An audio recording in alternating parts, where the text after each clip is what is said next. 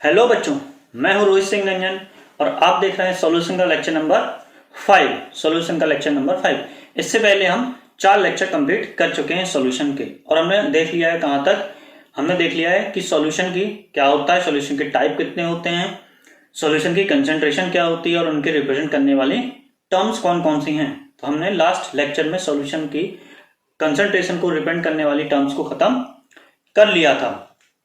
चलिए आज हम देखते हैं आज का टॉपिक। आज का बड़ी टॉपिक इंपॉर्टेंट है। क्या है आज का टॉपिक? Henry laws.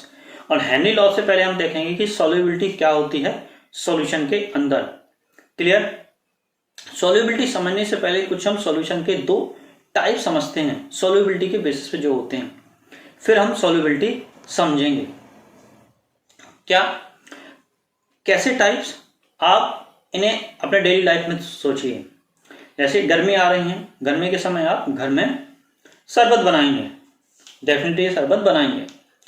आप पानी लेंगे, पानी में कुछ शुगर घोलने की कोशिश करेंगे। आप उसमें शुगर डालते जाइए, आप उसमें शुगर डालते जाइए, घोलते जाइए। एक कंडीशन ऐसी आएगी कि पानी में शुगर घुलना बंद हो जाएगी। मतलब क्या है? कहने का मतलब यह है कि ऐसा सॉल्यूशन जिसमें नो मोर सॉल्यूट डिसॉल्व हो, मतलब उसके बाद उसमें कोई भी सॉल्यूट डिसॉल्व ना हो, वो कंडीशन आ जाए सॉल्यूशन पे, तो ऐसे सॉल्यूशन को हम बोल देते हैं सैचुरेटेड सॉल्यूशन। मतलब नो मोर सॉल्यूट डिसॉल्व हो। यहां कंडीशन है एक गिवन, क्या टेम्परेचर कांस्टेंट रहना चाहिए।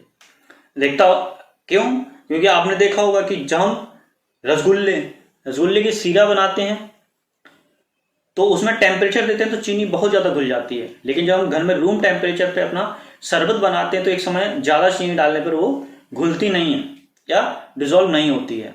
क्लियर? यहाँ फिक्स एक टर्म है कि कब, जब सॉल्यूट नो मोर डिसॉल्व बचे, कब एट अ फिक्स टेम्परेचर पे, एक फिक्स टेम्परेचर पे, वही हमारा कैसा सॉल्यूशन कहलाता है? Saturate solution. इसकी डेफिनेशन क्या होती है? डेफिनेशन देख लेते हैं क्या है, इसे कैसे पढ़ सकते हैं डेफिनेशन। आ सॉल्यूशन, इसे कैसे देख सकते हो? आ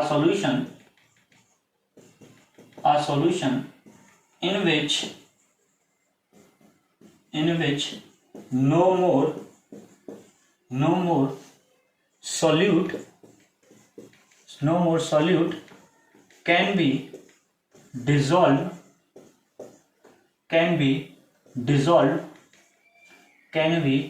dissolved at a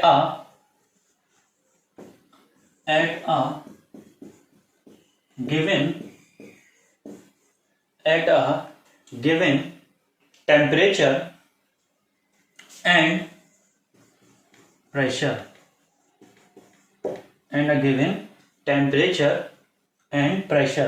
मतलब क्या है कि उसके बाद कोई भी उसमें सॉल्यूट डिसॉल्व ना हो, ऐसे सॉल्यूशन को हम बोलते हैं सैचुरेटेड सॉल्यूशन। क्लियर? तो इसी की तरह अनसैचुरेटेड सॉल्यूशन क्या होगा? Unsaturated solution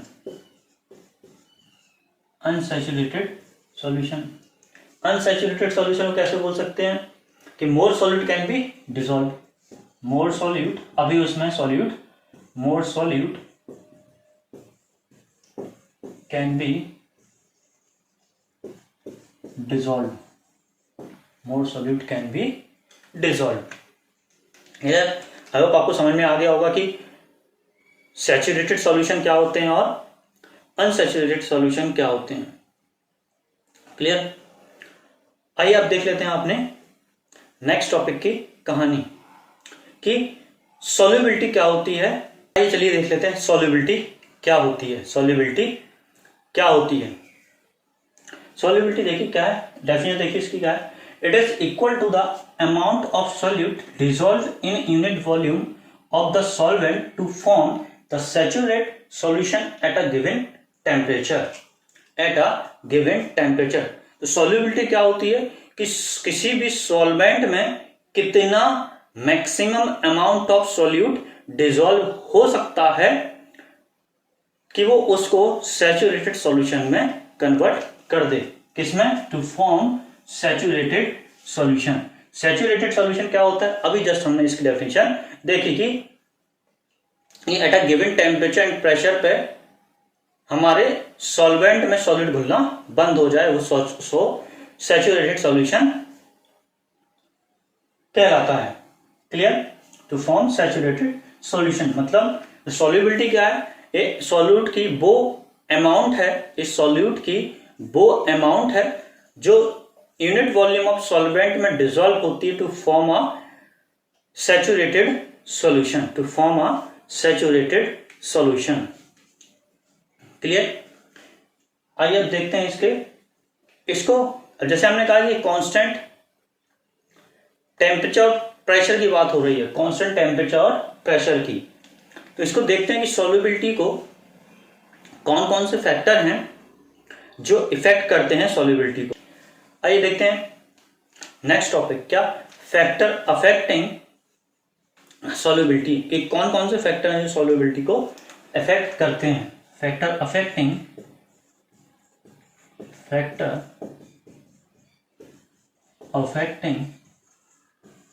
solubility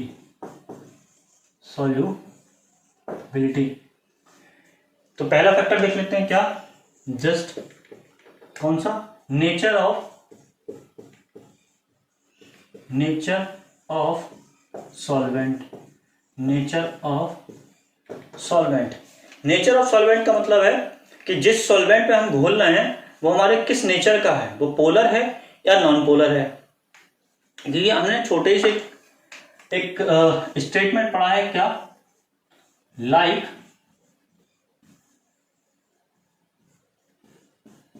dissolve like, मतलब एक जैसे में घुलता है, लाइक डिसॉल्व लाइक। वही सिंपल सी कहानी है कि पोलर सॉल्यूट ज्यादा घुलेगा पोलर सॉल्वेंट में, ज्यादा घुलेगा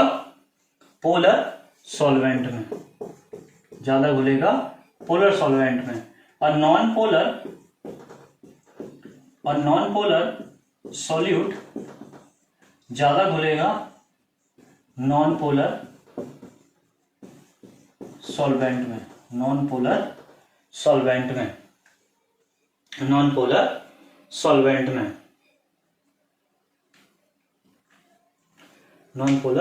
सॉल्वेंट में। क्लियर? ऐसा एग्जांपल देख लेते हैं कि NaCl ज्यादा घुल जाता है पानी में। क्यों? क्योंकि NaCl क्या है? पोलर है, और H2O भी क्या है? पोलर है। तो NaCl ज्यादा घुल जाता है पानी में, H2O में, वाटर में NaCl ज्यादा डिसॉल्व हो जाता है इन कंपैरिजन टू शुगर, क्योंकि शुगर कैसी है? हमारी नॉन पोलर कंपाउंड है। कैसी है शुगर? हमारी नॉन पोलर। क्लियर? वहीं बात की जाए इसके, तो इसमें क्या है? जो हमारी O2 कैसी होती है? Non polar. O2 हमारी ज्यादा घुल जाती है इथेनॉल में O2 ज्यादा घुल जाती इन कंपैरिजन टू वाटर। मतलब अगर कहने को बात करें कि पानी में ऑक्सीजन कम घुलेगी और इथेनॉल में ऑक्सीजन ज्यादा घुल जाती है। क्यों? क्योंकि दोनों में कैसे नेचर के हैं? नॉन पोलर सॉल्वेंट हैं। क्लियर? ये तो था हमारा फर्स्ट फैक्टर। आइए चलिए देख लेते हैं नेक्स्ट फैक्टर, सेकंड फैक्टर क्या है हमारा? टेम्परेचर। सेकंड क्या है हमारा? टेम्परेचर ये डिपेंड करता है कि जब सॉल्यूट सॉल्वेंट में डिसॉल्व हो रहा है तो किस तरीके की रिएक्शन प्रोवाइड कर रहा है, किस तरीके की रिएक्शन ये देगा। रिएक्शन हमारी एंडोथर्मिक है या एक्सोथर्मिक है? हमारी रिएक्शन एंडोथर्मिक है या एक्सोथर्मिक है? कैसे? अगर हमारी रिएक्शन एक्सोथर्मिक हुई, अगर रिएक्शन एक्सोथर्मिक हुई तो टेम्परेचर इंक्रीज करने पर सॉल्युबिलिटी डिक्रीज हो जाएगी। क्लियर? वहीं हमारी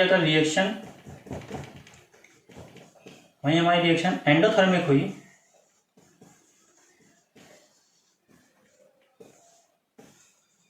तो टेम्परेचर इंक्रीज करने पर सॉल्युबिलिटी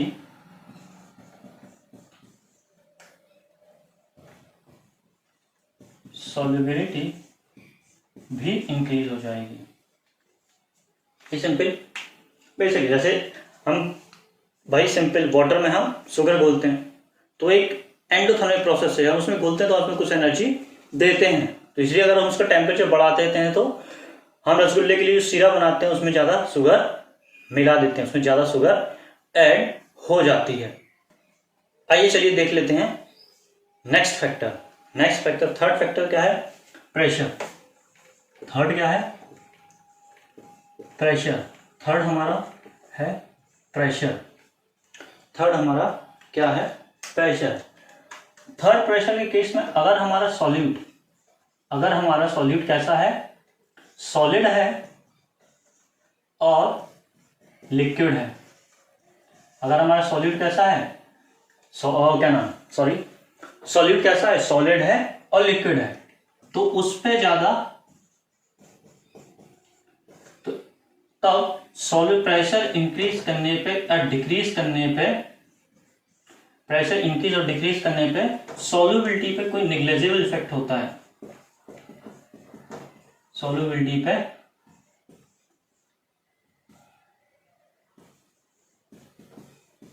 नेग्लिजिबल इफेक्ट होता है, नेग्लिजिबल इफेक्ट पड़ता है। क्लियर? बात करें क्यों होता है ऐसा, क्योंकि जो सॉलिड और लिक्विड होते हैं वो जनरली इनकम्प्रेसिबल होते हैं। कैसे होते हैं? ड्यू टू इनकम्प्रेसिबिलिटी इन पे ज्यादा प्रेशर का कोई इफेक्ट नहीं पड़ता है, प्रेशर का ज्यादा कोई इफेक्ट नहीं पड़ता है। वहीं अगर हम बात करें किसकी? गैसेस की solubility of gases in liquid solvent,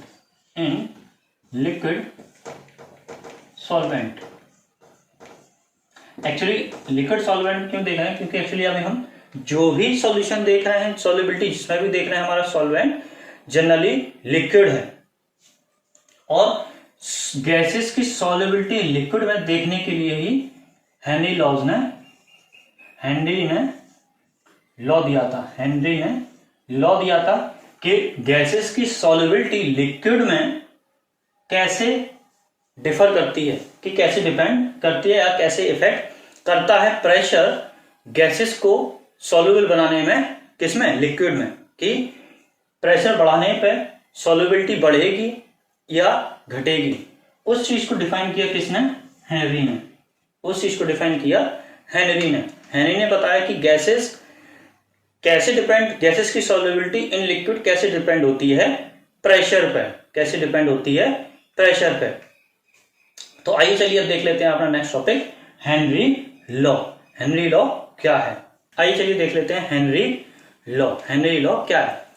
basically अभी मैंने बताया आपको कि हेनरी लॉ किसके लिए दिया गया था, कि गैस की सॉल्युबिलिटी किसी लिक्विड में कैसे डिपेंड करती है प्रेशर के ऊपर। सबसे पहले देख लेते हैं कि हेनरी ने कहा क्या।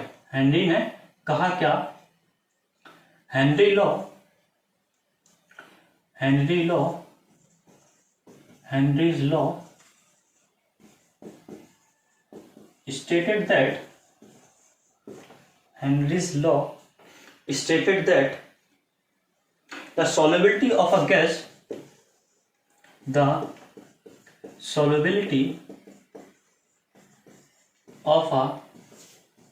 gas is directly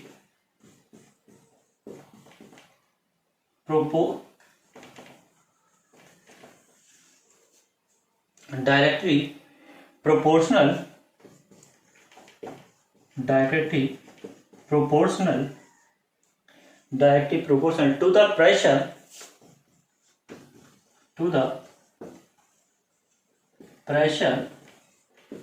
of gas. Actually partial pressure भी इसे इन्होंने कहा था, क्यों? क्योंकि किसी लिक्विड में एक से ज्यादा गैसेस डिसॉल्व हो सकती हैं, तो partial pressure of gas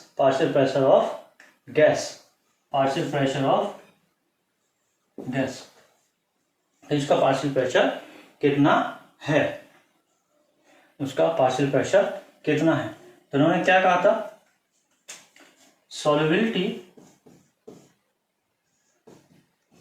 solubility is directly proportional to partial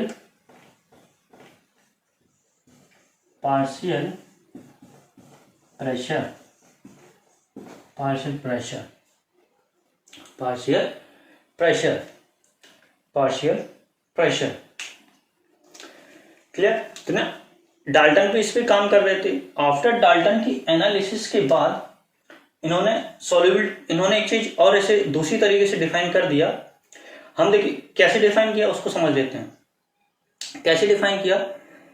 अब जैसे जो सॉल्युबिलिटी है, तो लिक्विड में जो गैस घुलेगी उसके कुछ मोल्स घुलेंगे, तो उन्होंने सॉल्युबिलिटी को रिलेट करा दिया किससे?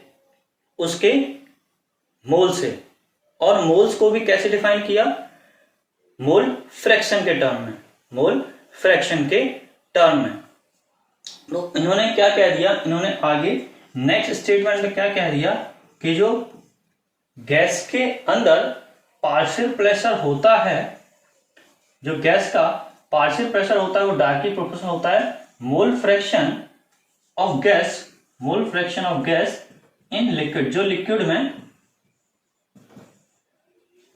में गैस है डिसॉल्व हो चुकी है, उसके कितना कितने मोल फ्रैक्शन हैं, उसके डायरेक्टली प्रोपोर्शनल होता है। इन्होंने क्या स्टेटमेंट दे दिया कि जो पार्शियल प्रेशर ऑफ गैस होता है is directly proportional to mole fraction of gas in liquid. Mole fraction मतलब कितने मोल उस लिक्विड में घुल चुके हैं, तो उसी को क्या बोल दिया? सॉल्युबिलिटी। तो solubility is directly proportional to partial pressure.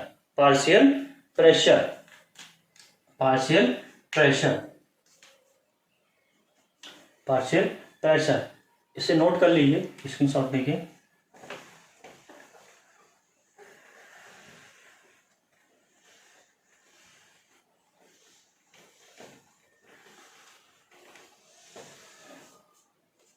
तो हेनरी लॉ का एक स्टेटमेंट और मिल जाएगा बुक में, क्या?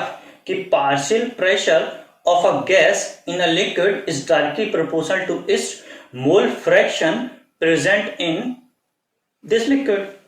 क्लियर? हम यहां से प्रपोर्शनल सिंबल हटाएंगे तो क्या आ जाएगा?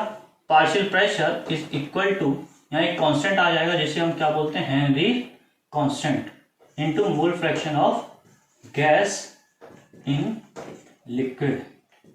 गैस इन लिक्विड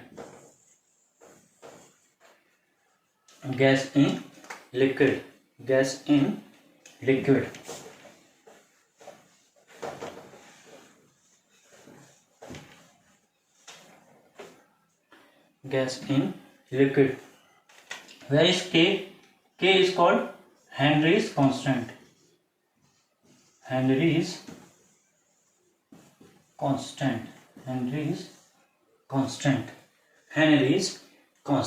इसकी यूनिट की बात करते हैं। यूनिट क्या होगी फटाफट बच्चों? क्या होगी यूनिट? यूनिट देखिए क्या, प्रेशर की यूनिट क्या होती है? बार, एटीएम, कुछ भी। मोल फ्रैक्शन देखो तो KH इक्वल टू ऐसे लिख सकते हो,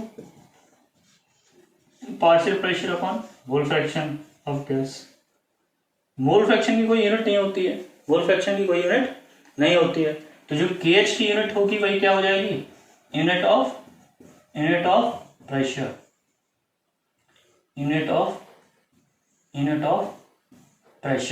मतलब बार हो सकता है, एटीएम कह सकते हो, और एटसेट्रा, मतलब जो भी प्रेशर की यूनिट होगी वही तुम्हारी हेनरी कांस्टेंट की यूनिट भी होगी, हेनरी कांस्टेंट की यूनिट भी होगी।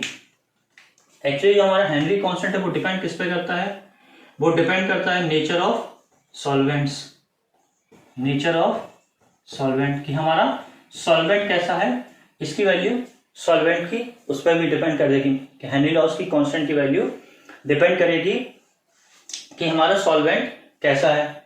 और किस पे करता है ये डिपेंड, टेम्परेचर पे डिपेंड करता है, टेम्परेचर पे डिपेंड करता है। हम टेम्परेचर बढ़ाएंगे तो KH की वैल्यू, हेनरी लॉस की कांस्टेंट की वैल्यू बढ़ती है, KH की वैल्यू बढ़ती है। क्लियर। और किस पे डिपेंड करता है, नेचर ऑफ गैसेस पे, कि गैस का नेचर कैसा है, गैस का नेचर कैसा है या कौन सी गैस है, इसकी वैल्यू नेचर ऑफ गैस पे भी डिपेंड करती है, क्योंकि डिफरेंट डिफरेंट गैसेस के लिए डिफरेंट डिफरेंट होती है, डिफरेंट डिफरेंट होती है। देखो यहाँ से क्या कंक्लूजन निकल रहा है, यहाँ से एक कंक्लूजन और निकाल सकते हैं हम, यहाँ से हम एक कंक्लूजन और निकाल सकते हैं। क्या, यहाँ से एक कंक्लूजन और निकाल सकते हैं। क्या निकाल सकते हो, ऐसे को ऐसे लिख सकते हो, mole fraction of gas is equal to P divided by KH, मतलब कि जितना ज़्यादा KH होगा solubility of gas in liquid उतनी ही डिक्रीज हो जाएगी, उतनी ही डिक्रीज हो जाएगी, उतनी ही डिक्रीज हो जाएगी। आई होप आपको ये चीज हेनरी लॉ आपको समझ में आ गया होगा। एक बार फिर से देख लेते हैं हेनरी लॉ क्या है। हेनरी लॉ ने क्या कहा था, किसके बारे में कहा था कि कोई गैस किसी लिक्विड सॉल्वेंट में कितनी डिसॉल्व होती है, और उसका इफेक्ट देखा था किसका, प्रेशर का, कि प्रेशर चेंज करने पे गैस की सॉल्युबिलिटी इन अ लिक्विड कैसे इफेक्ट करेगी। तो उन्होंने एक सीधा से स्टेटमेंट दिया था कि solubility of gas in a liquid is directly proportional to partial pressure of this gas, या gas solved in liquid, that solvent, कि solvent में partial pressure कितना है उस गैस का। क्लियर। ये था हमारा हेनरी लॉ। आइए चल इसके बेसिस पे एक छोटा सा न्यूमेरिकल देख लेते हैं। आइए चलिए देख लेते हैं हेनरी लॉस के कांस्टेंट पे बेसिस पे एक न्यूमेरिकल आपकी स्क्रीन पे आ गया होगा। पढ़ लीजिए आप उस न्यूमेरिकल को, आप न्यूमेरिकल पढ़िए। क्या है numerical, H2S a toxic gas with rotten egg smell is used for the qualitative analysis. If the solubility of H2S in water at STP is 0.195 molarity, calculate Henry's law constant. Pressure at STP, pressure of H2S at STP is 0.987 bar, 987 bar. Clear. आइए solution देख लेते हैं, क्या इसका हम solution देख लेते हैं। हमें सॉल्युबिलिटी कितनी दी है, सॉल्युबिलिटी कितनी दी है, सॉल्युबिलिटी कितनी दी है हमें 0.195 मोलैलिटी।